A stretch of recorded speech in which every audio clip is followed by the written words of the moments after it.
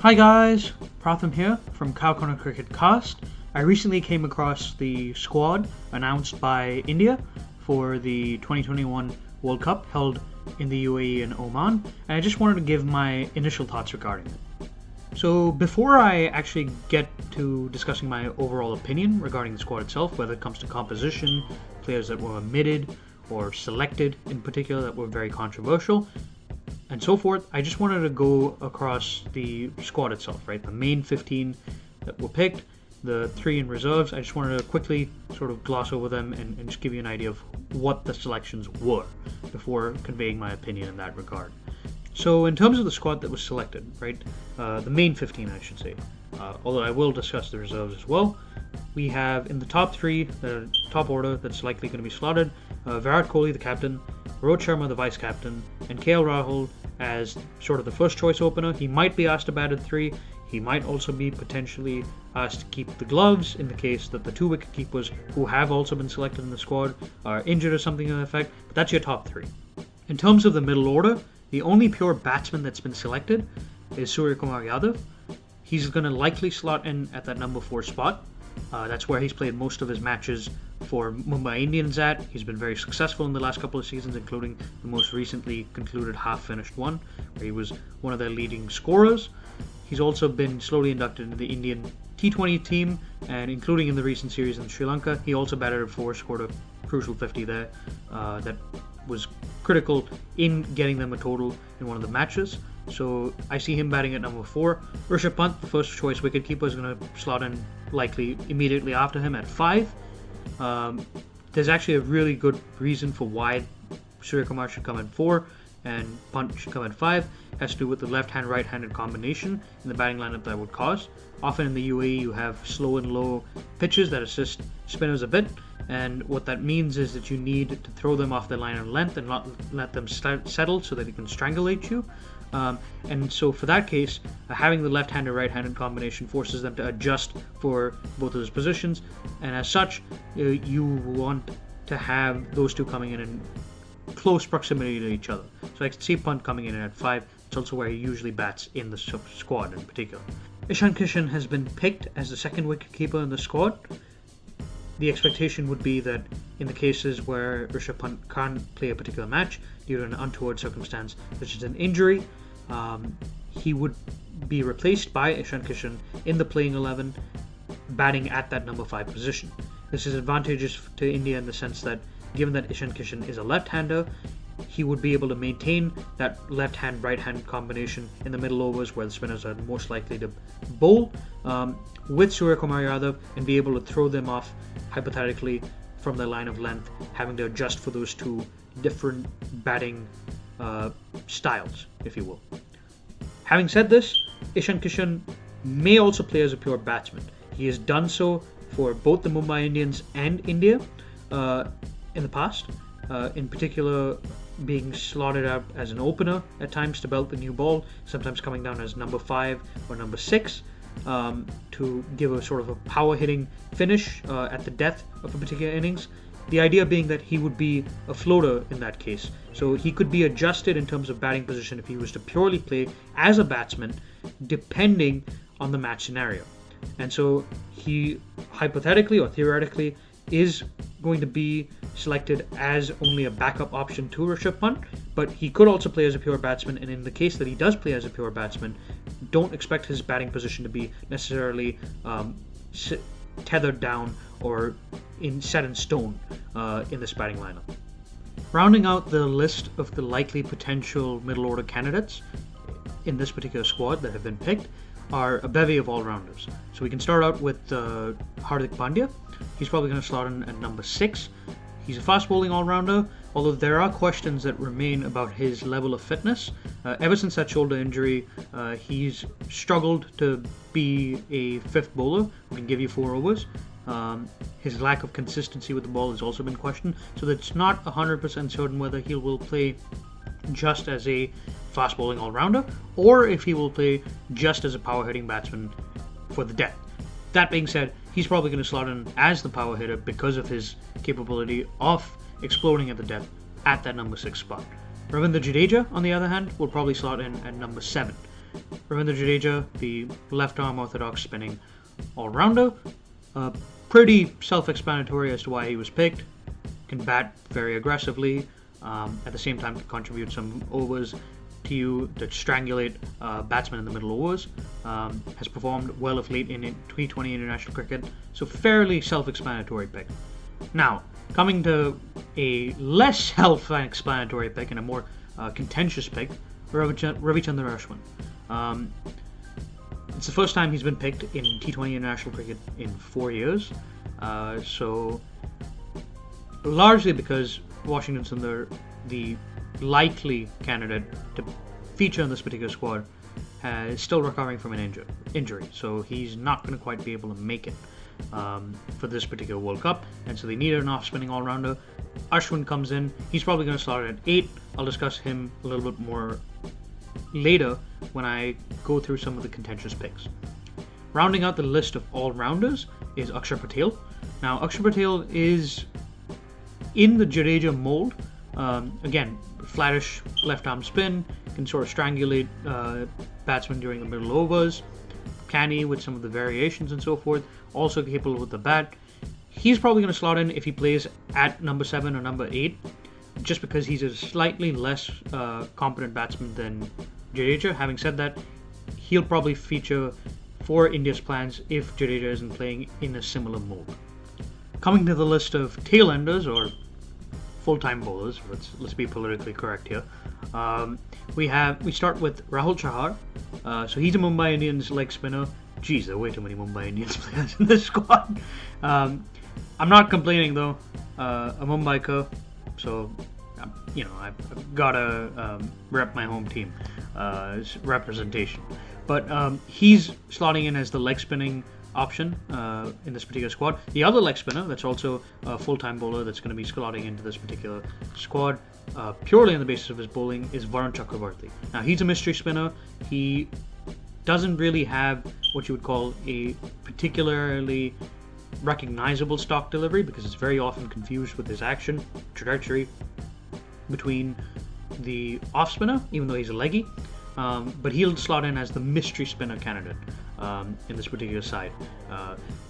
In terms of the other bowlers, now we come to the pace bowlers here. We have Jasprit Bumrah, India's premier strike fast bowler, especially in limited overs matches. So he's coming into the particular setup.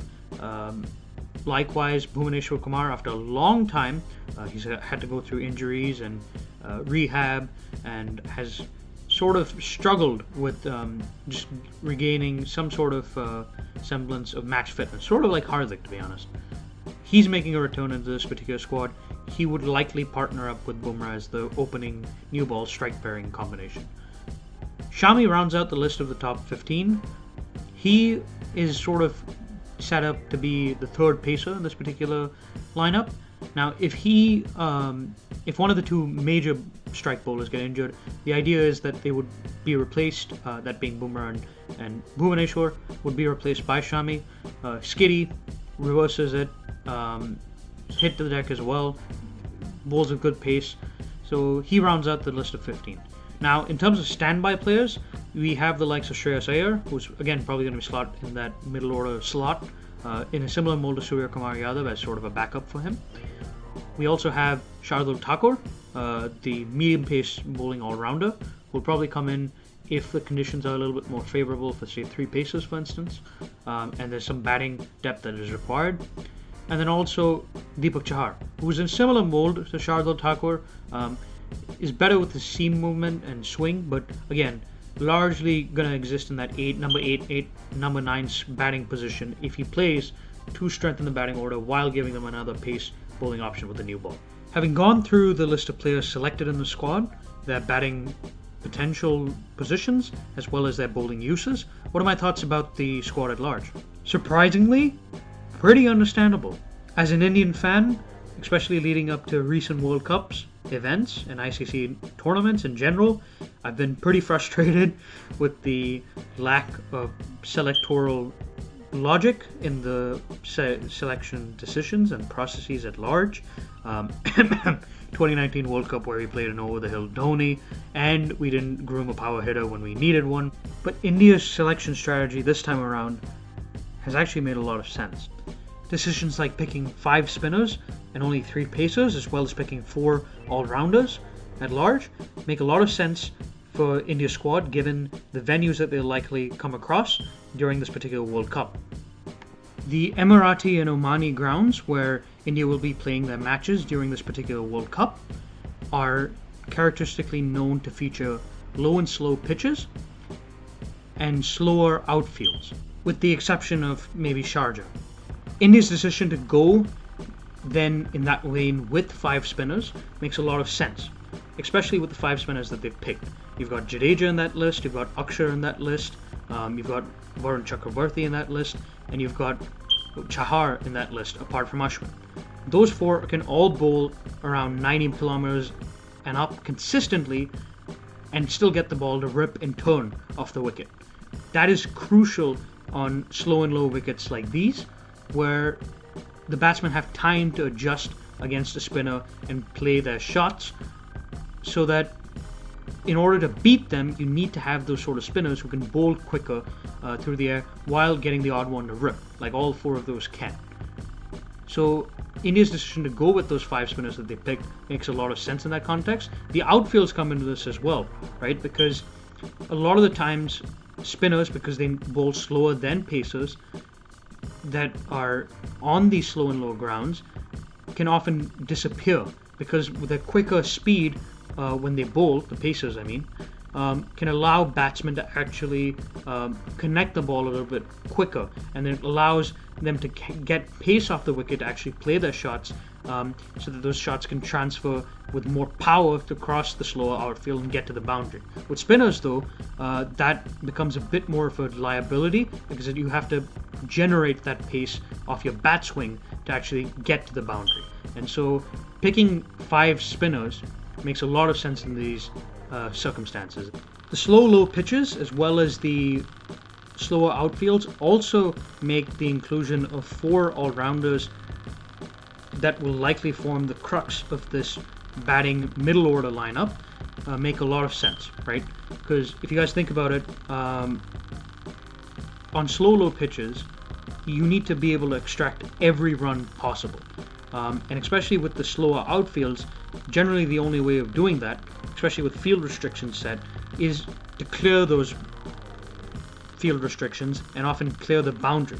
And so what you need is explosive middle order players and hitters so that you can, as the pitch becomes progressively slower and harder to bat on, as is the case with UAE and Omani pitches, you need somebody to be able to give you that sort of impetus to the innings, to end it at a high note effectively, and give you enough to defend or be able to chase down a stiff target.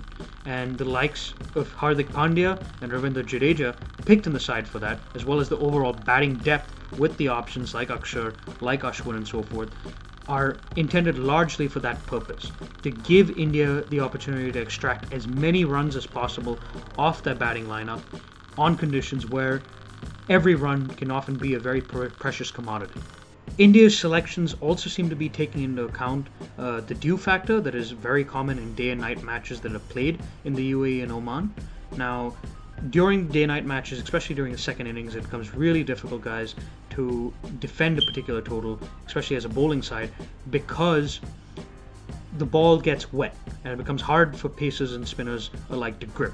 So you often need bowlers who have experience in bowling in conditions where there's a lot of dew and have the ability to grip the ball in ways where they are less prone to having the ball slip through their hands when delivering the ball.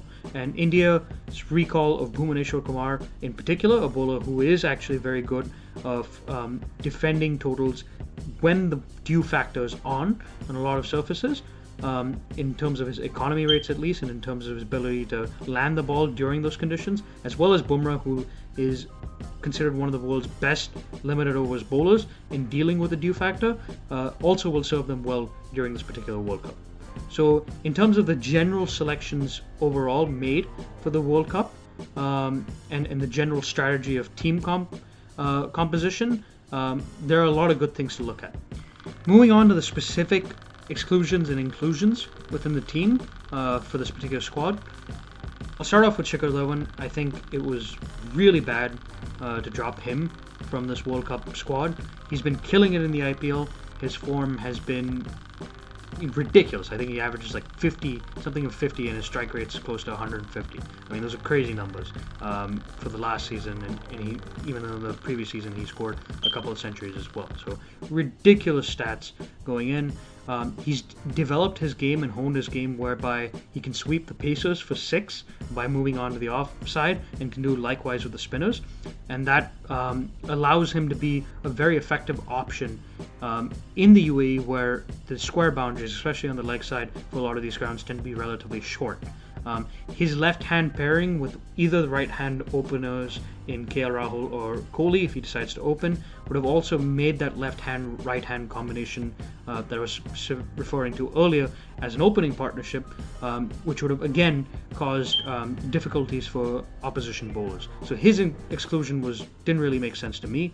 On the other token, the inclusion of Ashwin, even though it made sense to me, in that the original bowler selected for this particular team in Washington Sundar, the off-spinning all-rounder, has sustained injuries, and so he won't be able to make it, and they were looking for a power play off-spinner who could particularly bowl during those first 6 overs economically and well, and be there essentially for batting lineups that have a lot of left-handers. I get the decision, right, guys? For me, though, it's going back to an old horse who has been sort of discredited, right? Ashwin hasn't really performed in international T20 cricket for 4 years. He hasn't been picked, admittedly, since then. But the reason why he wasn't picked was he performed incredibly poorly during the Champions Trophy. He performed really from a phase of, I'd say, around 2014 to 2017, really poorly in the limited overs format. And his insistence after being dropped in that particular period to work on his test game in particular has really led him to become a better test bowler, and I'm worried that his involvement in T20 cricket, where he's going to be bowling flatter, he's not going to be able to bowl as consistently with his line and length, can adversely impact his test cricket, where he needs those sort of skills and he relies on those sort of skills to do well in that format. And Ashwin, the test bowler, for me, especially at home, is significantly more important than Ashwin, the T20 bowler, even if it is for a World Cup. So I'm not particularly keen on having him in the side. I am also disappointed in seeing Ishan Kishan in the side, just because I think he's just mismatched for the conditions. Ishan Kishan's best when there's pace in the wickets, or there's even bounce in the wickets. These UAE wickets often can be slow and low and have a little bit of uneven or inconsistent bounce, both vertically and sideways in terms of movement. And that can mean that somebody like Ishan Kishan, who likes pace on the ball and is particularly good against express pacers, will find himself struggling. He did struggle when Mumbai had to move to Chennai for the 2021 IPL season that was recently conducted.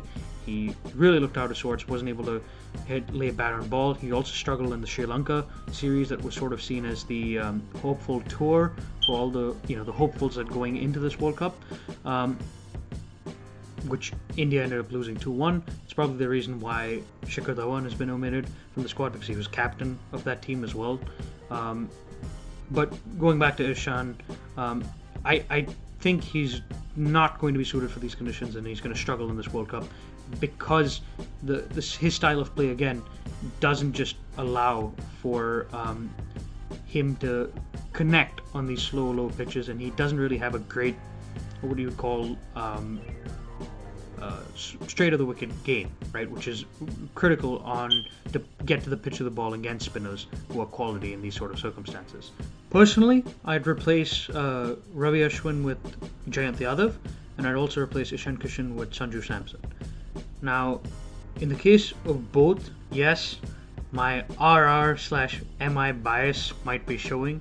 Those are the two teams I was sort of supporting this IPL cycle, but all jokes apart, in the case of Jayant Yadav, right, like Ashwin, he's an off spinner, so he can turn the ball away from the left-hander. Like Ashwin, he knows how to bat. He's had a test century in Mumbai on a turning pitch. Like Ashwin, he can hit big sixes towards long on and long off, as he demonstrated in that test innings that he scored a century in. The difference between him and Ashwin, though, is unlike Ashwin, Jayant is relatively younger, right? He's 3 or 4 years younger than Ashwin. So you'd be investing in a player that is younger than Ashwin in a T20 side, which makes sense to me, given that T20 squads often tend to feature a lot of young players that can often produce that verve and enthusiasm and that spark in the performances in the shorter format of the game. He's also a better fielder than Ashwin, and I would say most importantly, unlike Ashwin, who tends to bowl with a flatter trajectory on these sort of T20, in these sort of T20 matches on these sort of pitches, Jayant bowls the ball a little bit slower, and he gets a little bit more drift in the air. And what that means is that the batsmen on these sort of slow and low pitches have to try to manufacture the pace of that slower delivery, and so it becomes more difficult for them to hit him and score boundaries off him. So I would replace Ashwin with Jayant in a heartbeat. In terms of Kishan, I would replace him with Samson. Yes, this again might have to do with a bit of an irrational love that I have towards Sanju Samson. I just admire a guy who can hit big sixes so effortlessly like he does, and strikes the ball sweetly and effortlessly. But you know, Samson started showing a degree of consistency in the IPL as well, right? He scored that probably the innings of the tournament so far with that 120 odd, had a couple of low scores where he was criticized for not being serious enough as captain, and then started consistently delivering with the bat. Scored 2 or 3 consecutive 40s in the IPL that were crucial in getting his team towards the mid-tier of the rankings when they were languishing at the bottom early on in the season to the midway point of that season, right?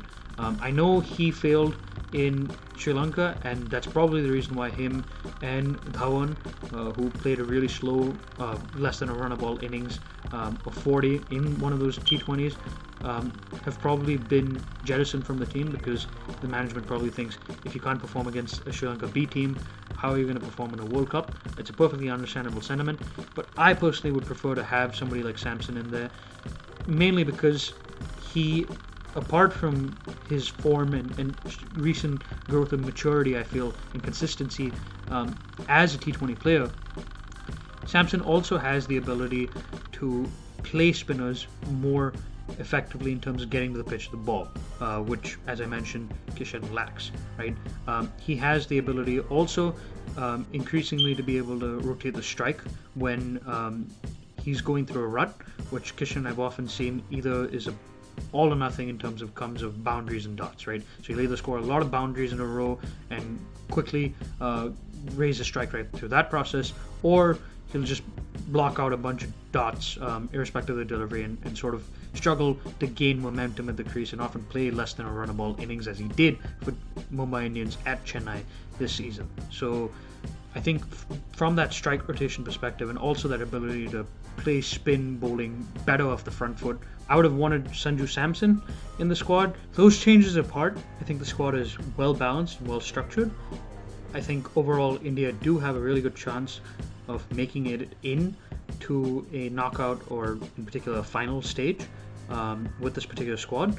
Having said all of that, it is going to depend on the day, and it is going to depend on a lot of factors that we'll find out in weeks to come. We'll be discussing some of those factors, in fact, me and Rohan, in a preview, a full-form preview that is, for India coming into this World Cup T20 cycle. It's going to be coming up on this channel soon. Till then, guys, it was great sort of sharing my thoughts with you all, and I look forward to hearing from you guys in the comments section or through the like and dislike ratio going forward. So yeah, take care, guys.